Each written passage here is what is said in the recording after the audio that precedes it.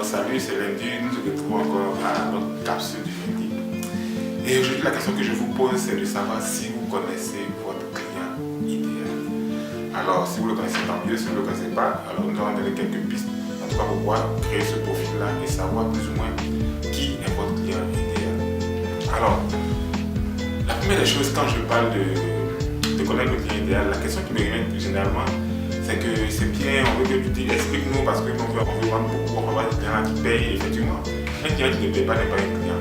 Mais la question que je dois vous poser de prime abord, c'est de savoir qui est ce client-là et quel est le produit que ce client-là veut.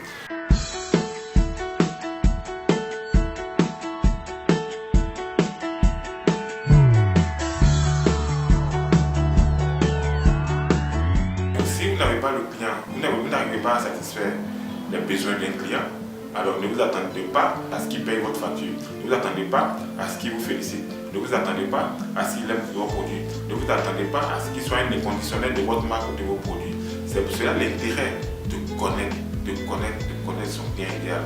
Il faut que vous voyez qu'aujourd'hui c'est vrai que quand on parle par exemple de notre site, on dit par exemple que j'habille par exemple des hommes, par exemple je prends un cas tout bête, j'habille des hommes de 20 à 45 ans, vous voyez que vous avez a priori un large champ, a priori vous avez beaucoup de clients dans cette catégorie d'âge-là.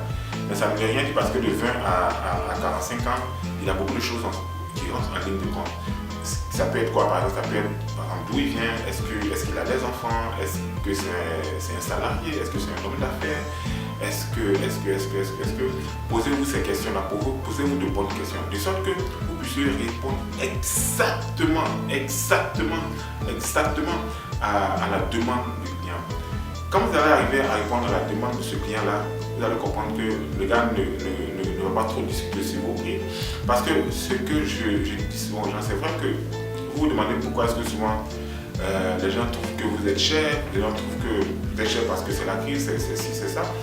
C'est vrai qu'il y a la crise, mais comprenez ceci, ce n'est pas vous qui êtes cher, mais c'est le client qui vous trouve cher. Parce que voyez-vous, celui qui vient par exemple chez vous pour par exemple acheter une chemise ou une chemise de 20 25 000 et vous dit de faire des rabais, cette même personne a apporté par exemple un polo Lacoste qui lui a coûté 80 000. Même ces 80 000, il a pu payer. Mais vous, ne serait-ce que 15, 20 ou 30 000, le gars il est incapable de payer ces 30 000 là. Pourquoi? Parce qu'il vous coûte cher, il vous trouve cher. Et pourquoi est-ce qu'il vous trouve cher? C'est ce que vous devez déjà savoir. Vous comprenez? Si vous vous débrouillez pour savoir pourquoi ce client vous trouve cher, vous allez pouvoir répondre à ses besoins et il pourra payer, vos produits au prix qu'il veut. La deuxième chose, c'est que le client qui est votre cible n'est pas forcément le client que vous voyez, mais c'est le client qui aime le produit que vous avez créé. Donc, qu'est-ce que je m'explique? Souvent, nous, en tant que créateurs, nous faisons des produits que nous aimons, nous, en tant que créateurs, avec tout ce qu'on a comme culture, avec tout ce qu'on a comme ouverture d'esprit, nous créons nos produits. Et ces produits-là ne sont pas toujours adaptés. Pourquoi? Parce que ce ne sont pas des créations que nous faisons en tenant compte du client. Ce n'est pas des créations que nous faisons en mettant le client au centre. Alors si vous faites une création où le client n'est pas au centre, où le client n'est pas roi comme on le dit, que vous n'avez pas tenu compte de tout ce que le client demande ou il veut porter à ce moment précis-là, vous allez passer à côté de votre cible. Ils vont toujours vous trouver cher. Vous voyez que nous sommes dans un monde aujourd'hui où les gens s'habillent beaucoup. Mais il se trouve qu'il y a des moments où vous n'arrivez pas à vendre. Pourquoi? Parce que votre cible n'a pas été atteinte, parce que vous n'avez pas pu mettre la main sur votre cible, parce que vous n'avez pas pu communiquer, comprendre le langage que votre cible peut comprendre. Et donc vous communiquez mal. Vous devez savoir que tous les clients ne sont pas à prendre. Sachez dire non. Tous les clients ne sont pas à prendre. Vous savez, vous connaissez la loi du Pareto qui dit 80-20. 20% de vos clients sont des clients qui font vivre votre activité. Les 80 autres clients, vous devez pouvoir leur dire non. Pourquoi vous devez pouvoir leur dire non? Vous devez pouvoir leur dire non pour pouvoir mieux vous occuper de ces 80%, de ces 20% de clients que vous avez. Tous les clients ne sont pas à prendre. Alors, c'est vrai qu'on parle du client idéal, mais pour avoir ce client idéal, il faut que vous-même, vous sachiez plus ou moins quel est le produit dans lequel vous êtes bon, quel est le produit pour lequel vous êtes connu et reconnu, quel est le produit pour lequel vous le faites sans souffrir, vous le faites sans beaucoup d'efforts. Et ce sont ces produits-là dans lesquels vous pouvez exceller. Ce sont ces produits-là dans lesquels vous pouvez gagner de l'argent. C'est vrai que vous faites beaucoup de choses, mais si vous regardez dans tous les produits que vous produisez, il y a des produits que vous faites facilement. Deux, il y a des produits par exemple que quand vous faites, ça ne vous coûte pas cher, ça ne prend pas beaucoup de temps. Et toi, c'est des produits où vous-même vous êtes à l'aise en le faisant. Ce sont ces produits-là qui peuvent vous faire venir le client idéal. Parce qu'aujourd'hui, nous sommes dans un monde de spécialistes. Alors, personne ne veut traiter avec des gens qui sous-traitent. On veut traiter avec des gens qui maîtrisent leur domaine d'activité. On veut traiter avec des gens, avec des experts. Et donc, mettez toujours en avant des produits dans lesquels vous vous sentez vraiment bon, dans lesquels les gens vous reconnaissent, pas vous-même, mais que les gens vous reconnaissent. Alors, ça fait aussi partie c'est par là que vous devez commencer déjà et puis adresser maintenant l'avatar de votre client, de ce client idéal-là. Donc sachez que tous les clients ne sont pas à prendre. Sachez dire non aux clients. Les clients par exemple qui viennent chez vous, c'est vrai que de prime abord, quand vous voyez un client, vous voyez tout de suite la monnaie, l'argent, mais ce n'est pas ça. Il y a des clients qui viennent pour vous perdre du temps, pour vous faire bavarder, pour vous faire parler beaucoup et au final c'est la déception parce que ce client ne sera pas satisfait. Ce client n'est pas satisfait. Pourquoi? Parce que vous ne pouvez pas répondre à son besoin. Tout ce que vous ne savez même pas ce qu'il veut.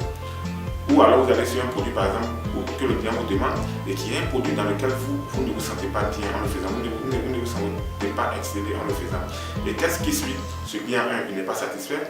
Deux, ce client il vous fait de la fausse publicité, alors que le client idéal, il est là pour quoi? Il est là, d'abord pour vous donner de l'argent parce que le client doit payer. Deux, il devient un avocat pour votre marque. Partout où il va se trouver, où on va parler d'un tel ou d'un tel, il va parler bien de vous. Pourquoi? Parce que vous avez pu, en tout cas, le satisfaire. Donc, il devient votre avocat. Et le last, après, il sera un inconditionnel de votre marque. C'est là le client idéal. C'est en ce moment-là que ce client-là, vous allez pouvoir, en tout cas, il va pouvoir vous payer tout ce que vous voulez. Il va pouvoir, en tout cas, être réactif à tout ce que vous avez fait comme communication, comme publicité, comme testo, comme mailing. Il sera réactif. Pourquoi? Parce qu'il connaît vos produits. Il est un inconditionnel de votre produit et il devient un ambassadeur de votre marque. C'est ce client-là qu'il vous faut. Et un tel client, si vous n'avez que 15-20 clients comme ça, vous êtes sûr que non seulement vous allez faire du chiffre, deux, vous serez respecté parce que ce client est content de porter vos produits, il est content de parler de vous parce que vous êtes comme un exemple pour lui, il est content de parler de vous partout et n'importe où. Donc c'est de la publicité gratuite. Donc, d'où l'intérêt d'avoir le client idéal. Je vous dis et je vous redis, vous n'avez pas besoin de tous les clients. Sachez dire non aux clients. Sachez dire non aux clients. Déterminez votre produit phare. Deux, le produit dans lequel vous vous sentez bien. Trois, le produit dans lequel vous produisez facilement. Et à partir de là, vous allez comprendre qui sont ceux qui aiment ces produits-là. Vous déterminez le profit de votre client. Et vous faites une communication vers ces clients-là. Vous allez voir comment les clients vont réagir. Et vous allez faire du chiffre. Parce qu'on crée nos entreprises pour faire du chiffre. Alors, tous les clients ne sont pas à prendre. C'est ce que vous devez retenir.